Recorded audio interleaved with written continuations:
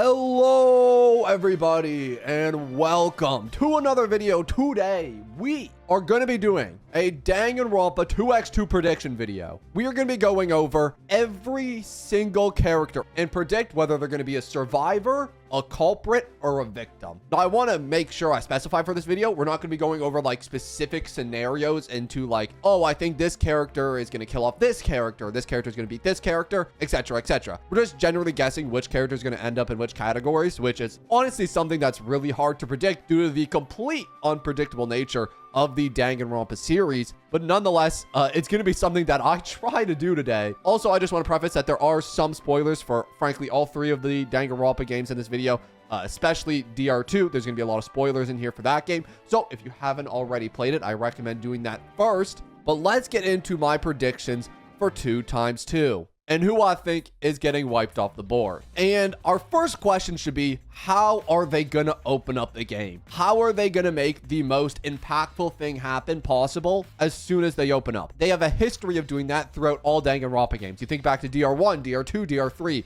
Every game opens with a bang, with killing a very impactful character. Either it's someone mysterious, like Rantaro, or it's somebody who you absolutely love, like Sayaka. And now this time, I think it's going to be one of those characters again. The question is, who's it going to be? Well, I think the three most likely candidates are either Chiaki, Hajime, or Nagito. These three, I think, are most likely to become a victim first. And the one that we're going to first talk about is going to be Chiaki. I think Chiaki will be a victim. Whether that's later on in the game or right at the very start, I lean the very start. I think it's going to be another DR1 twist where they kill off the most beloved character as soon as the game starts. Right off the bat, you can basically rule out Chiaki from being a culprit unless some crazy Nagito type twist happens again, where he makes Chiaki a killer, which I doubt they do that plot twist twice. I do not see a reality where she's a culprit, which means she has to be a victim or a survivor. And technically, she can't even live till the end because she's not a real person. She's already dead.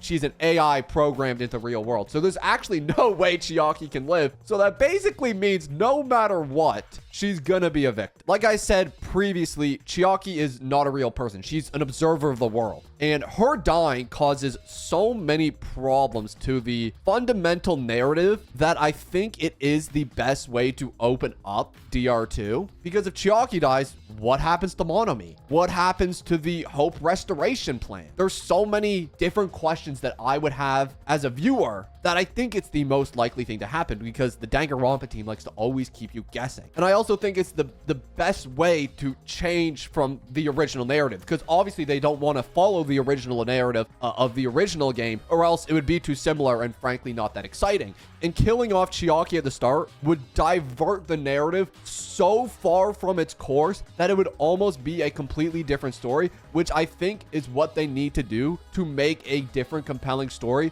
within the same world of Danganronpa 2x2. So that's why I feel very strongly about Chiaki being the very first victim, but who can really say? Next up, I've watched a lot of videos on kind of predictions for this. A lot of people think Hajime is either going to be a culprit or die early. A lot of people think they're going to do the main character divergence again, which they did in DR3, where basically they killed off the main character at the very start of the game, which led for this really cool twist where you realize the entire time you were the murderer in the case and you had been committing the actions that Kaede had done, which was super cool. I don't think they do that plot twist back to back. I'll be honest. I don't think that plot twist will be used to back to back. So I think it's very unlikely that Hajime is a culprit. And if he is a culprit, I do think it would be later in the game. If he is a victim and he ends up dying in chapter 1 in some kind of like main character switch plot twist, I think the question would be, well, then who's the next main character? And the thing is, we all know the answer to who would be the new main character. We all know it. And frankly,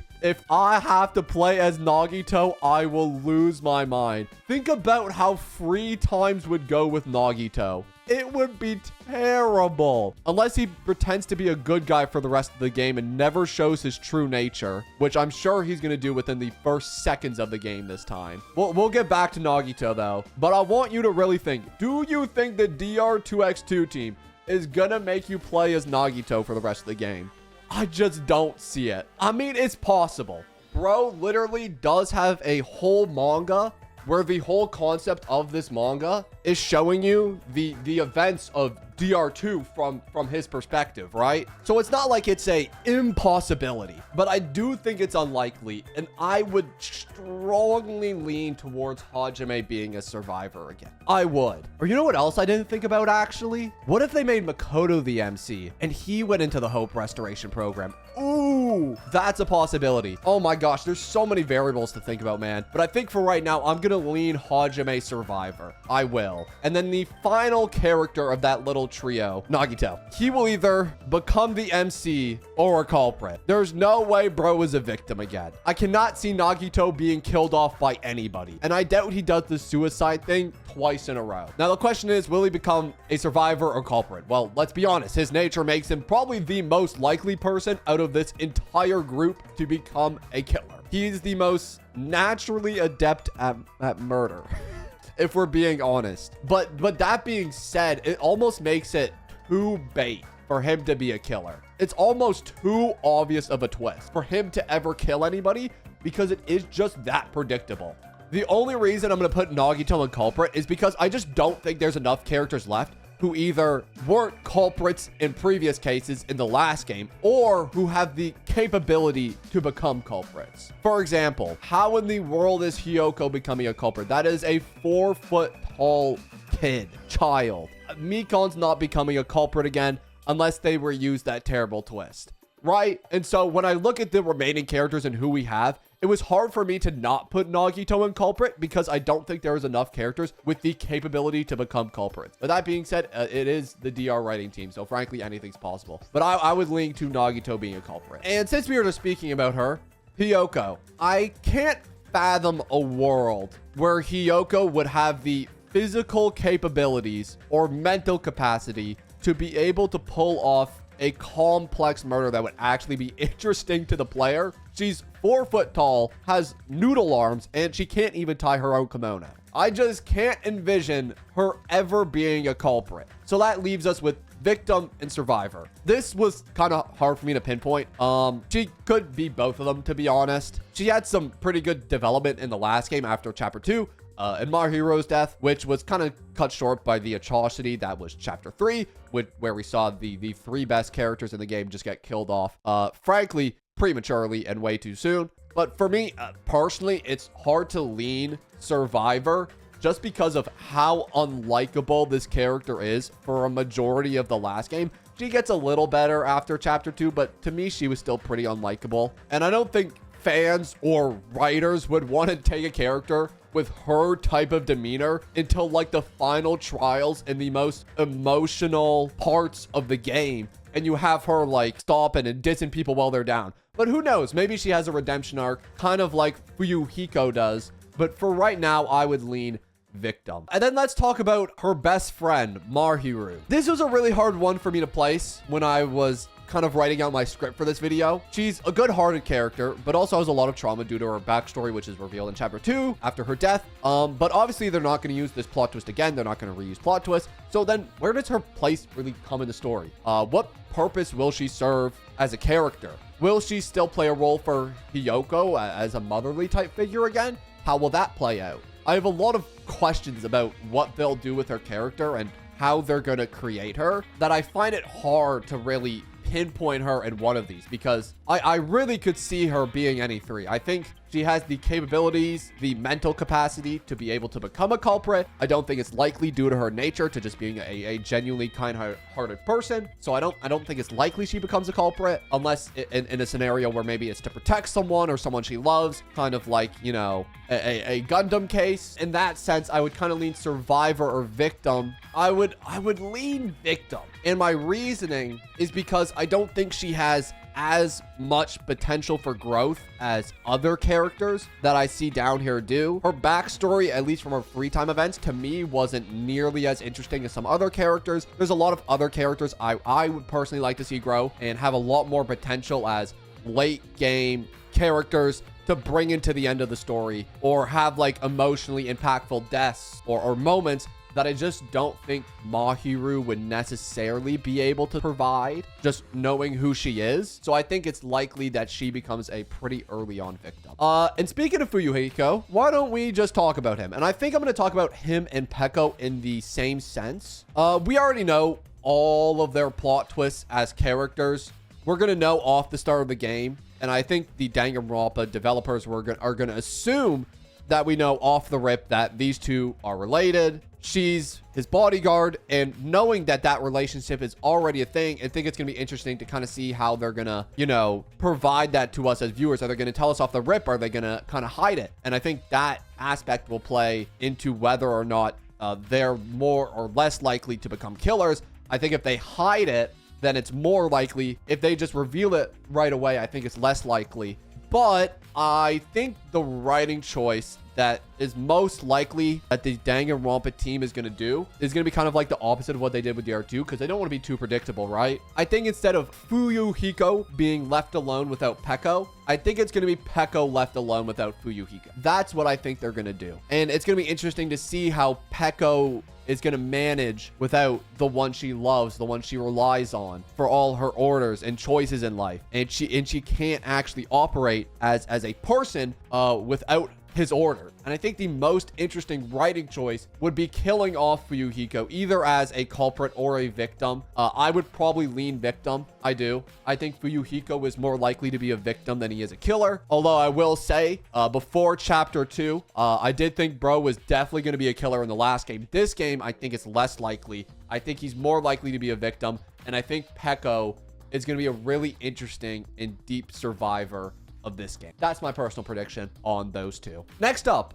we're talking about too many victims. Let's do a fun one. Ibuki. Ibuki is a fan favorite character. Everybody loves Ibuki, and it was kind of a universally agreed decision that she frankly died too soon. Everybody agrees on this. I don't think I have to go too much about on this character. She's not a character with a crap ton of depth or a lot of emotional impact to her, but she's just a fun, lively character, brightens up any room. And I think you could take her to the end of the game easily, and she's going to be able to be as impactful as anybody else in that room. Although I will say, if they do choose to make her a survivor, man, she's going to be so non-helpful in so many cases. But that being said, neither was like any of the survivors in DR2. You think about how useless like Kazuichi was for a majority of cases.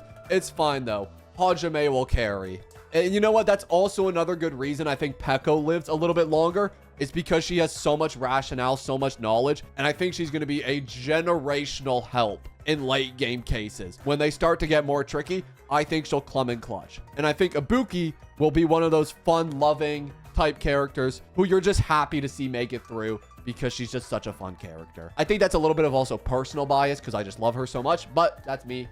Let's move on to the next character, and let's go with somebody who I'd rather not see live, and that is Teruteru. The opposite of Ibuki, Teruteru is a pretty universally disliked character by a majority of fans just because he's like the stereotypical pervert type character, and he's also just really kind of goofy looking, to be honest. There's no way he makes it to the end. If this guy makes it to the end, it's just gonna be, oh my gosh, please no. His accent, his demeanor, the way he talks, if any of that makes it into this emotionally impactful finale type thing, man, it's going to be a disaster. So I personally hope he doesn't make it there. He was a killer in the last game, so we do know he has somewhat of a lean-in towards killing. Do I see him being a killer again? Potentially. I mean, bro in the last game killed with like barely any incentive and just being manipulated by Nagito. But I just think for the sake of repetitiveness and somewhat predictability, I think it's more likely he becomes a victim. And our victim list is starting to fill up a little bit. Let's talk about somebody I see becoming a killer. If there's one person in this game who I thought without a doubt is becoming a killer, and I thought this in DR2 as well when I was playing that game, this character, I said, they have to become a killer. And that character is Sonia Nevermind, who was a final survivor in DR2, but was throughout the entire game mildly uninteresting.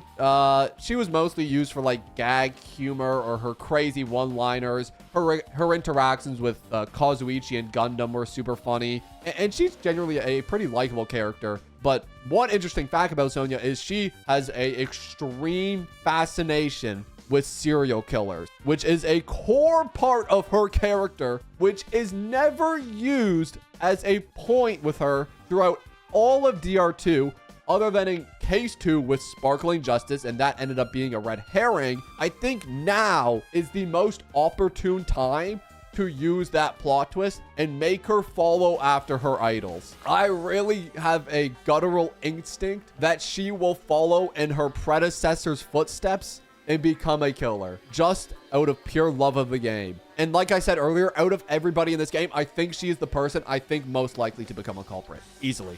And let's go with somebody else who I see becoming a culprit. That is the ultimate imposter. I immediately thought of putting the ultimate imposter in the culprit tier. He's one of the most interesting characters in the game, and he's also one of the most unexplored characters in the game. His talent could be used for a really cool murder case where like he becomes a culprit, but like he's disguised as someone else, obviously, because he's like the ultimate imposter. But now that I think about that to myself, it's probably too obvious and too predictable. And I know the DR team does not like being obvious and predictable. So maybe that's a little too bait, but I still think it would make for something cool and interesting. Bro is a rational thinker. He's a deeply distrustful person because of his past and just who he is, being the ultimate imposter. I do think though, if he is a killer, it's going to be late game. I don't think he'll be an early game killer. There's just no way. His character was too unexplored in the first game for them to kill him off so early. I think if he is a killer, it's going to be like chapters 5 or 4 most likely. But I do think he's most likely a culprit in this game. Next up, let's go with one of my favorite characters, Mikan. Mikan is a character who is hard to imagine as a killer, and that's why it was so hard to guess her as the culprit in the first case, because she's such a unfathomable person to become a culprit. And the way they made her a culprit in chapter 3 was frankly so disrespectful to her character. It was insane. If you can't tell, I really don't like the chapter 3 case of DR2. That's just me. But unless they use the same plot twist again, which God forbid, please don't do that. Then I don't think there's any chance she becomes a culprit again. She just doesn't have the mental capacity, the emotional capacity. She also doesn't have the physical ability to be a culprit. So that's why I basically ruled her out of being a culprit. And then deciding between victim and survivor, she's a character with a lot of depth, and I think this game really wants to take time to explore characters who have as much depth as she does. A lot of her depth comes from her free time events where you learn about her past and how devastating and sad her character really is. I would love for them personally to explore the past kind of in the main story with Mikan, because I think it would diversify and make her character a lot more appealing to the audience. She's also a very unique character in the fact that she can perform autopsies on bodies, which is obviously useful for a majority of cases, which could also in the same vein make her a target, which is why I would lean to her being a victim. I would. Also, she's the dedicated fan service character. If you know anything about fan service characters, they never make it to the end. That's my prediction with Mikan. I really hope she makes it farther this time. Do my girl justice. But anyways, let's move on to the next character. And that's going to be Gundam. Gundam is one of the most beloved characters in the fandom for this game. For good reason. But he was made a killer due to the situation that he was in, and he had to protect everybody around him.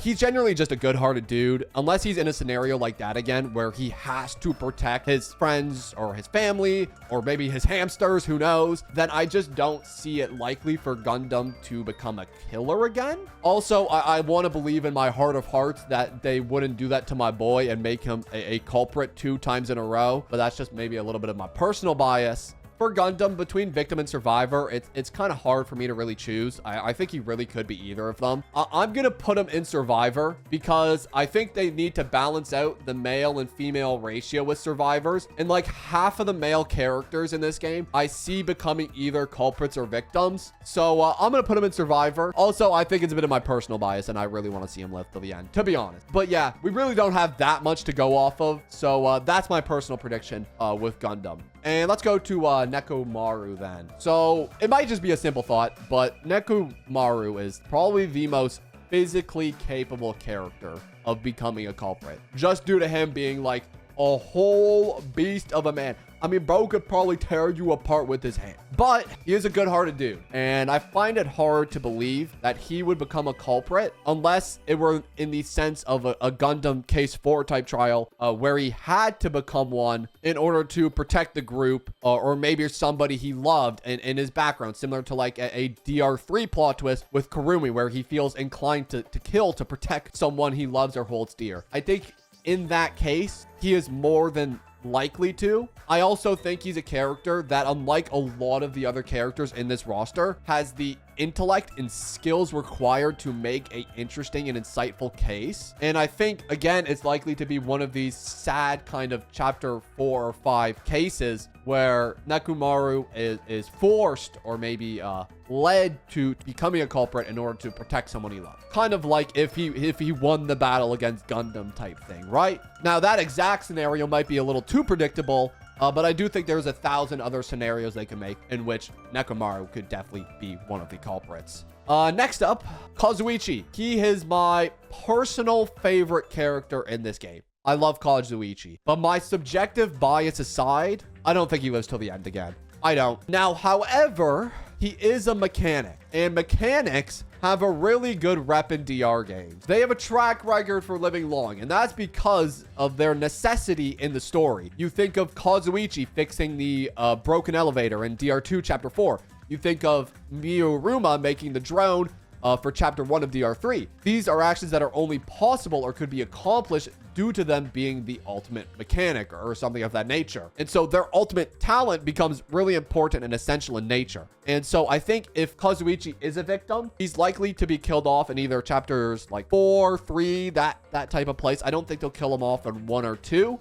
As for why he wouldn't be a culprit, I don't actually have a good reason for Kazuichi not being able to be a culprit. I do think there is a lot of scenarios where Kazuichi could have been a culprit. And even when I was playing DR2, there was a lot of times I thought, oh, the killer is definitely Kazuichi. Like, I thought he was the killer during the whole Chapter 4 trial till the end. I thought he was the killer for a lot of the Chapter 1 trial. So there are a lot of scenarios, but I'm going to have blind faith in my favorite character. And I know the DR writers will not make my boy a culprit, please.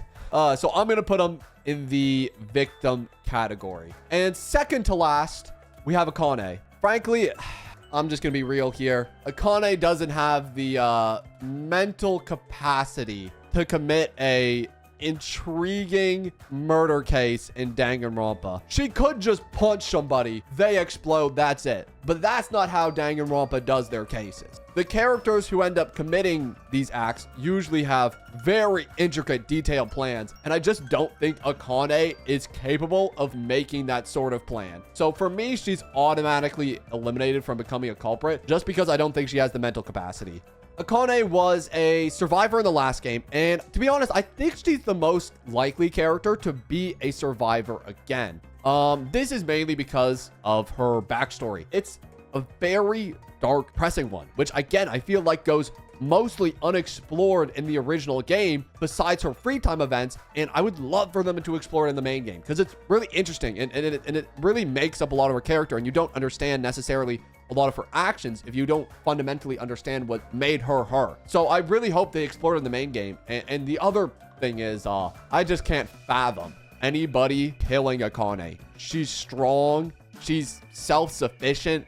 I just can't imagine anyone having the capability of taking out Akane unless it's like in her sleep or something. So for me, she's a most likely survivor. And now you might look at this list and you might think, well, Kekfin, there's only 4 culprits. You need 5 culprits because there's 7 characters in the victim list here. Who's the final culprit? I'll tell you. Monami. I predict Monami will be the 5th culprit. I think after Chiaki dies, it will corrupt Monami's system and she turns into like this omnipotent evil person. That's my prediction. Who knows though? To be honest, there wasn't too much logic behind that last one. I just kind of needed a 5th culprit for the list. But either way, I hope you guys did enjoy this video. If you did, make sure to leave a like, subscribe if you're new. And yeah, that's gonna be all for me, boys. Peace.